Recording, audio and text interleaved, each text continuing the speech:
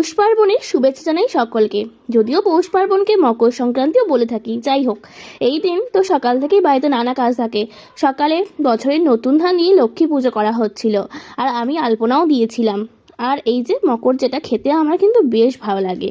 এইবার বিকাল থেকেই পিঠে বানানোর কাজ শুরু হয়েছিল। মা চালগুড়িতে গরম জল আর নুন দিয়ে মাখিয়ে মাখিয়ে ডো বানিয়ে নিয়েছিল।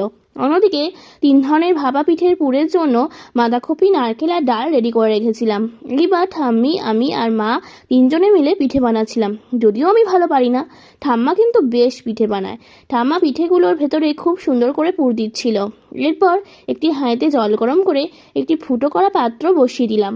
তারপর তাতে ওই পিঠেগুলো চাপিয়ে দিলাম। তারপর ঢাকা দিয়ে 30 থেকে 35 মিনিট মতো ভাপিয়ে নিলাম।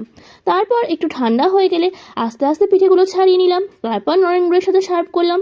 আমার তো প্রতি বছর এইভাবেই পৌষ পার্বণ কাটে। আপনাদের কীরকম কাটে জানাবেন কিন্তু।